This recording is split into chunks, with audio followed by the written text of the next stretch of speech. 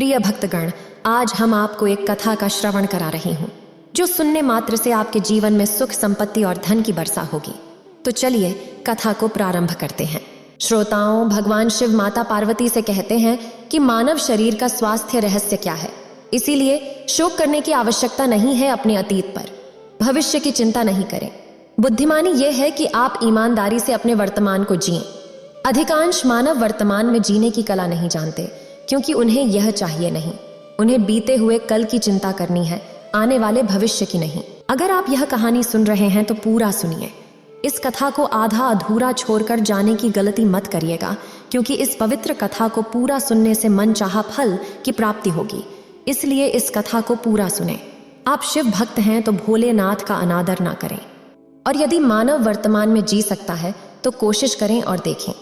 एक बार जब मानव वर्तमान में जीने लगता है तो मानव मन और शरीर पूरी तरह से स्वस्थ हो जाता है। ऐसा करने से न तो मानव अतीत के दुख का सामना करना पड़ेगा और न ही आने वाले भविष्य की कोई चिंता रहेगी, बल्कि वर्तमान में जीने से मानव को वह सुख मिलेगा जो कभी पहले महसूस नहीं किया होगा। तब माता पार्वती कहती है, हे प्राणनाथ, कृपया मुझे विस्तार से बताए। तब भगवान शिव कहते हैं, हे प्रिय, मैं आज एक कहानी के माध्यम से बताने जा रहा हूँ, कृपया इसे ध्यान से सुने। हे देवी, आज की कहानी मानव को एक ऐसा सीख देगी जिसे समझने के बाद मानव अपने भूतकाल और भविष्य को पीछे छोड़कर वर्तमान में बेहतर जी सकता है। इस कहानी का प्रारंभ एक व्यक्ति से करता हूँ। वह व्यक्ति बहुत दुखी था और एक पहाड़ की चट्टान पर बैठकर रो रहा था। तभी वहां से एक बौद्ध भिक्षु गुजर रहे थे, जिन्होंने उसे देखा। भिक्षु ने उससे पूछा, तुम यहाँ क्यों रो रहे हो? अपनी जिंदगी को बेहतर बनाने के लिए कुछ करो। व्यक्ति ने कहा, मेरा जीवन है, मैं अपनी जान दे दूं या मैं जैसा चाहूं वैसा करूंगा। भिक्षु ने कहा, अगर तुम्हें बेहतरीन जीवन जीना है तो अब रोने का कोई मतलब नहीं है। उस आदमी ने यह सुनकर थोड़ा गुस्सा दिखाया और बौद्ध भिक्षु को यह कहा, देखो महाराज, जो कुछ भी मैं यहाँ करने आया हूँ वह मैं करूँगा ही, लेकिन तुम्हें इसमें हस्तक्षेप करने की कोई आवश्यकता नहीं है। उस आदमी ने रोते हुए कहा। मुझे यह कहते ही उस व्यक्ति ने रोना शुरू कर दिया। तब भिक्षु ने उससे पूछा, अच्छा बताओ, क्या तुमने सब कुछ छोड़ आया है? क्या तुमने फिर कुछ अपने साथ लाया है? उस आदमी ने भिक्षु के सवाल का जवाब देते हुए कहा, हे गुरुदेव, मैंने सब कुछ छोड़ आया हूँ। मेरे पास अब कुछ नहीं है और मेरे पास कुछ खोने के लिए बचा नहीं है, तो फिर मैं जी के लिए क्या करूँगा? उसके बाद भिक्षु ने इसे सुनकर कहा, अगर ऐसा है तो तुम अपने सिर पर यह बोझ क्यों लेकर घूम रहे हो? उस आदमी को भिक्षु ने कहा। इसे सुनकर वह आदमी थोड़ा चौंक गया और उस भिक्षु से कहा, हे गुरुवर, मैं कहाँ कोई भार को उठा रहा हूँ, मेरे पास कुछ नहीं है, हाथ खाली है। फिर वह भिक्षु बोलता है, तुम्हारी सांसें सही से नहीं चल रही, तुम यहाँ क्यों आए हो? इस दुनिया को छोड़ने का क्या कारण है और रो रहे हो? खाली इंसान कभी रोता नहीं है। जिसने सब कुछ खो दिया हो उसके पास कुछ नहीं बचा हो, उसको रोने का कोई कारण नहीं बचता है। व्यक्ति नाराज होकर उन भिक्षुओं से कहता है, आपको क्या आता है? फिर उन भिक्षुओं ने कहा, क्या तुमने कभी अपने अंदर झांका है? तुमने कितना बोझ उठाया है? तुम अपने कंधों पर कितना भार लेकर ढो रहे हो और इन सारे बोझों को कब तक ढोते रहोगे? इन बोझों को यहीं छोड़ दो और थोड़ा हल्का हो जाओ। कब तक इन बोझों के नीचे दबे रहोगे? उस व्यक्ति ने जब ये बातें सुनी, तुरंत ही उन भिक्षु के पैरों में गिर पड़ा और हाथ जोड़ कर कहने लगा, हे गुरुजी, अब तक मुझे कोई समझ नहीं पाया है। यहाँ कई लोग आए और चले गए, लेकिन किसी ने भी मुझसे ऐसा कुछ नहीं कहा। आपने मेरी बातें समझ ली हैं जो किसी ने नहीं की। मेरे परिवार वाले तक मुझे समझ नहीं पा रहे हैं, लेकिन आपने सिर्फ एक बार में मेरी पूरी कहानी समझ ली है। इसके बाद वह व्यक्ति बौद्ध भिक्षु से कहता है, क्या आप मेरी मुश्किल का समाधान कर सकते हैं? भिक्षु कहते हैं, समस्या कहाँ है? उस व्यक्ति जवाब देता है, मेरे घर में, कृपया मेरे साथ चलें। वह व्यक्ति बहुत इच्छुक है और कहता है, नहीं, समस्या तुम्हारे घर में नहीं है। उस व्यक्ति ने फिर कहा, नहीं नहीं गुरुजी, समस्या मेरे घर में है, तुम मेरे साथ चलो और देखो। भिक्षु उसे समझाते हुए कहते हैं, समस्या तुम्हारे घर में नहीं है, बल्कि तुम्हारे अंदर है। क्या तुमने कभी अपने अंदर की ऊंचाइयों को जागृत करने की कोशिश की है? सारी समस्याएं तुम्हारे अंदर हैं। जब तक तुम उनका समाधान नहीं करोगे, तब तक तुम्हें हर जगह, हर समय केवल समस्या ही नजर आएगी। और अगर समस्या घर पर है तो तुम इस पहाड़ की चोटी पर क्या कर रहे हो? तुम तो कह रहे थे कि तुमने पीछे सब कुछ छोड़ दिया है, अपना घर, अपना परिवार, अपने सगे संबंधी, और अगर तुमने ये सब छोड़ दिया है तो तुम्हारी समस्या भी वहीं पर छूट गई है। फिर तुम भला इतने परेशान क्यों हो? ये सभी बातें सुनकर उस व्यक्ति ने कहा, हे गुरुवर, आप सही कह रहे हैं। मैं आपकी बातों को समझ पा रहा हूँ। कमी तो मेरे अंदर है। मैं किसी काम का नहीं हूँ। जब भी मैं कोई काम करने जाता हूँ तो सब बिगाड़ देता हूँ। मेरे हाथों सारे काम गड़बड़ हो जाते हैं। मैंने आज तक कोई काम ढंग से नहीं किया। मेरी तो किस्मत ही खराब है।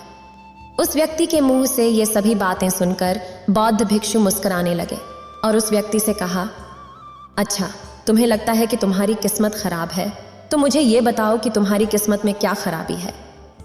तभी वह व्यक्ति उन बौद्ध भिक्षु से कहता है, हे गुरुवर, मैंने व्यापार करने का निर्णय लिया था और उसके लिए मेरे पास धन नहीं था, तो मैंने अपने परिवार से थोड़ा पैसा मांगा और उसका उपयोग करके मैंने व्यापार शुरू किया।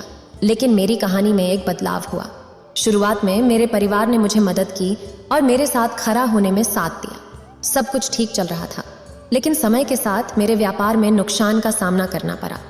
देखते ही देखते मेरे परिवार नाराज हो गए और मुझसे दूर हो गए।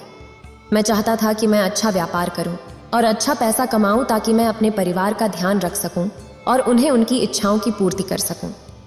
मैं सब कुछ उनके लिए कर रहा था, लेकिन वे मुझे सही से समझ नहीं पा रहे थे और मुझे इसका जिम्मेदार ठहराने लगे। मुझे लगता है कि मैंने कुछ गलतियां की हैं। मेरे एक दोस्त ने भी व्यापार शुरू किया था और उसका व्यापार बहुत अच्छा चल रहा है। जब भी वह मेरे घर आता है, वह अपने अच्छे व्यापार की बातें सुनाता और हमेशा उसका कहना होता है कि उसने अपनी मेहनत और दृढ़ इच्छा शक्ति से यह व्यापार खड़ा किया है और उसे सफलता मिली है। कैसे उसने अपनी मेहनत से जीत और प्रयासों का सामना किया और अपने व्यापार को नई ऊंचाइयों तक पहुंचाया। ये सुनकर मेरे परिवार वाले भी मुझसे यही कहते हैं कि उसमें दृढ़ता और संघर्ष की भावना देखकर वे मेरे मित्र को सराहते हैं। परंतु मेरे व्यापार में नुकसान उत्पन्न हो गई हैं और मुझे कर्ज लेना पड़ा है। मैंने नया व्यापार शुरू किया, लेकिन उसमें भी मुझे कई मुश्किलें आईं और मेरा व्यापार पूरी तरह से नष्ट हो गया है। अब मेरा घर भी गिरवी में है और मैं परेशान हूँ। कृपया मुझे बताएं मैं क्या करूँ। इस पर भिक्षु उस व्यक्ति से कहते हैं, अच्छा, तुम्हें ये पता है कि तुम्हारा मित्र तुम्हारे पास क्यों आता था? तभी वो व्यक्ति कहता है, हाँ, मुझे अच्छी तरह से पता है। वो मुझे मेरे घर वालों के सामने नीचा दिखाने आता था, मेरी बुराई करने आता था, ये जताने आता था कि वह मुझसे व्यापार में कई गुना अच्छा है, श्रेष्ठ है। वह चाहता है कि मैं उसकी सफलता देखकर दुखी रहूं, तड़पता रहूं और परेशान रहूं। तभी वो भिक्षु उस व्यक्ति से कहते हैं, क्या तुम उसकी व्यापार को देखकर सच में दुखी रहते थे? वह व्यक्ति कहता है, हाँ, इतना अच्छा उसने व्यापार खड़ा किया है और मेरा व्यापार चौपट हो गया तो ये देखकर मुझे तो दुख होगा ही, मुझे तो जलन होगी ही। तभी वो भिक्षु उस व्यक्ति से कहते हैं, तुम्हें दुख इस बात का था, अपनी असफलता का या फिर अपनी दोस्त की सफलता का? तभी वह व्यक्ति उन बौद्ध भिक्षुओं से कहता है, मेरे असफल होने पर मुझे ऐसा कोई खास पछतावा नहीं था, परंतु वह इतनी सफलता प्राप्त कर चुका था कि मैं देखकर उस पर ईर्ष्या होती थी, जलन की भावना उत्पन्न होती थी और मैं उसकी सफलता को देखकर दुखी होता रहता था। मैं पछताता रहता था, तड़पता रहता था। तब बौद्ध भिक्षु ने उस व्यक्ति से कहा, यदि तुम्हारा मित्र सफल हो जाए तो तुम्हें खुशी होनी चाहिए। तब वह व्यक्ति बोला, हाँ, मैं खुश होता। यदि उसका व्यापार बंद हो जाए तो भी मैं खुश होता। फिर भिक्षु मुस्कुराए और कहे, तुम्हारी खुशी तुम्हारे मित्र पर निर्भर करती है, वह तुम्हें खुश या दुखी कर सकता है। तुम अपनी सफलता या असफलता से खुश या दुखी नहीं हो सकते। तुम तो अपने मित्र के प्रति आत्मनिवेदन से जुड़े हुए हो और यही तुम्हारी सच्ची स्थिति है।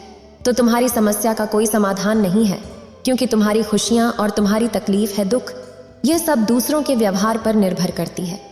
तुम्हारे कर्मों से तो तुम्हारा कुछ हुआ नहीं, ना तो तुम अपने कर्मों से खुश हो सके और ना ही दुखी। तुम्हारी समस्या का मैं कोई समाधान नहीं कर सकता। तभी वो व्यक्ति उन भिक्षु से कहता है, हे गुरुवर, ऐसा मत कहिए, मुझे आपसे बहुत आशा है, क्योंकि आप ही वह है जिसने मेरी अंदर की तकलीफों को पढ़ा है, उसे जाना है, उसे समझा है। आपसे मैं विनती करता हूँ कि मेरी इस समस्या का समाधान मुझे बताइए। तभी वो बौद्ध भिक्षु उस व्यक्ति से कहते हैं, जब हम दूसरों से आशा बांध लेते हैं तब हम दूसरों पर पूरी तरह से निर्भर हो जाते हैं। अगर मैं तुम्हें कोई भी रास्ता ना बताऊं, मैं तुम्हें तुम्हारी समस्या का समाधान ना दूं, तो तुम इसी तरह से दुखी रहोगे, रोते रहोगे, बिलखते रहोगे। और अगर मैं तुम्हें कोई रास्ता बता दूं, मैं तुम्हें कोई समाधान बता दूं, तो हो सकता है कि तुम्हें कुछ मिल जाए। लेकिन एक बात याद रखना कि जो तुम्हारे घर पर आता है उसने बताया कि उसने अपने व्यापार को कैसे बढ़ावा दिया, उसने कैसे मेहनत की। ये बातें तुम्हें दुखी कर सकती हैं, लेकिन यह सच है। उसने जीवन में कैसे संघर्ष किया और अपने लक्ष्यों को हासिल किया, वह सब बताया। तो तुम इस अनुभव से सीख निकाल सकते हो, या फिर तुम इसे नजरअंदाज करके अपने मन में ईर्ष्या का भाव बना सकते हो। समझो, जब वह बता रहा है कि उसने कैसे संघर्ष किया और अपने व्यापार को ऊंचाई तक पहुंचाने के लिए कैसे प्रयास किए, तो तुम अपनी समझदारी का इस्तेमाल कर सकते हो और उसके अनुभव से ज्ञान प्राप्त कर सकते हो। तुम्हें यह समझना चाहिए कि तुम्हें वह अनुभव मिल रहा है जिसे तुम चाहते थे, बिना किसी मांग के, और इसके लिए तुम्हें अपने दोस्त का आभार व्यक्त करना चाहिए, क्योंकि तुम उस अनुभव को अपने जीवन में नहीं प्राप्त कर सकते थे जो तुम अब उससे प्राप्त कर रहे हो। इसलिए आगे बढ़ो, संघर्ष करो और उस अनुभव का सही तरीके से उपयोग करो और हार मत मानो, क्योंकि समय का एक चक्र है। वह चाहे जैसा भी हो, वह बदल जाता है। इसलिए समय का सही तरीके से उपयोग करो, चाहे वह अच्छा हो या बुरा। यह सुनिश्चित है कि तुम उससे सीखते रहो और अपने जीवन को बेहतर बनाते रहो। तब वही तुम्हारे दोस्त अपनी सफलताओं की बजाय उनकी असफलताओं की कहानी सुनाएंगे, ताकि तुम उनसे सीख कर कोई गलतियां ना करो और तुम उनकी तरह गिरना नहीं चाहो। इसलिए यहाँ पर तुम्हें अपनी समझ का इस्तेमाल करना होगा। तुम्हें उनकी बातों में मगरूर होकर नहीं, बल्कि अपने बुद्धिमानी का प्रयोग करना होगा, क्योंकि उस समय वह तुम्हें नीचे नहीं बल्कि ऊपर ले जाना चाहेंगे, क्योंकि उन्हें भी तुम्हें हारते नहीं बल्कि अच्छा देखने में मजा आएगा, जिस प्रकार तुम्हें उन्हें हारते देखने में आता है। इस पर वह व्यक्ति उन बौद्ध भिक्षुओं से कहता है, हे गुरुजन, आप बिल्कुल सही कह रहे हैं। मैंने अपने जीवन को स्वयं नहीं चलाया है, बल्कि मेरे अग्रणी रिश्तेदार और दोस्त हैं। वे मेरे जीवन को चला रहे हैं, सुख और दुहक के साथ। लेकिन यहाँ मेरे पास एक सवाल है। जब मैंने व्यापार शुरू किया था, तो मेरा लक्ष्य था कि मैं अपने परिवार को सुखी रखूं और उन्हें आरामदायक जीवन दूं। तो क्या परिवार के लिए सोचना गलत है? मैं तो सिर्फ अपने परिवार के भले के लिए काम कर रहा था। लेकिन व्यापार में नुकसान होने के बाद वह परिवार भी मुझे छोड़ गया। इस पर भिक्षु मुस्कुराने लगे।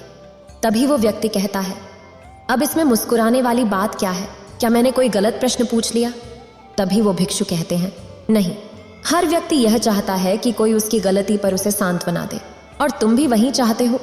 हर कोई यही चाहता है कि जब वो कुछ करे तो उनकी प्रशंसा की जाए, और जब हमें प्रशंसा नहीं मिलती तो हमें भीतर ही भीतर बड़ा दुख होता है।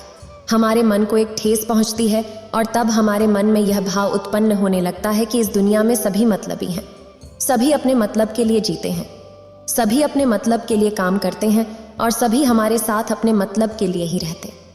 लेकिन अगर तुम किसी को अपना परिवार मानते भी हो और अपने उस परिवार के लिए कुछ करना चाहते हो, तो फिर तुम्हें ऐसा क्यों लगता है कि तुम दूसरों के लिए कर रहे हो?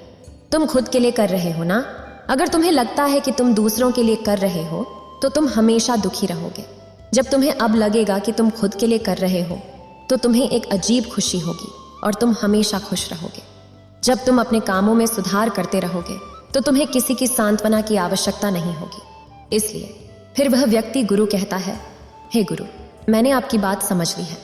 मेरी किस्मत पहले दूसरों के हाथों में थी, जो मुझे सुख या दुख में रंग भरने का अधिकार देते थे। लेकिन अब से मैं अपनी किस्मत अपने हाथों में पकड़ूंगा, चाहे वह अच्छी हो या बुरी। मैं हार नहीं मानूंगा। हे गुरुवर, आपकी सभी बातें मैंने समझ ली हैं।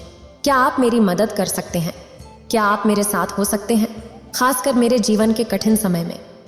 यह सुनकर एक बौद्ध भिक्षु ने उस व्यक्ति को एक छोटे से बक्से को दिया और कहा, इसका एक राज है जो तुम्हें सभी कठिनाइयों से निकाल सकता है, तुम्हें आपत्तियों से मुक्ति दिला सकता है। लेकिन तुम्हें इसे तभी खोलना होगा जब तुम्हें लगे कि कोई रास्ता नहीं बचा है।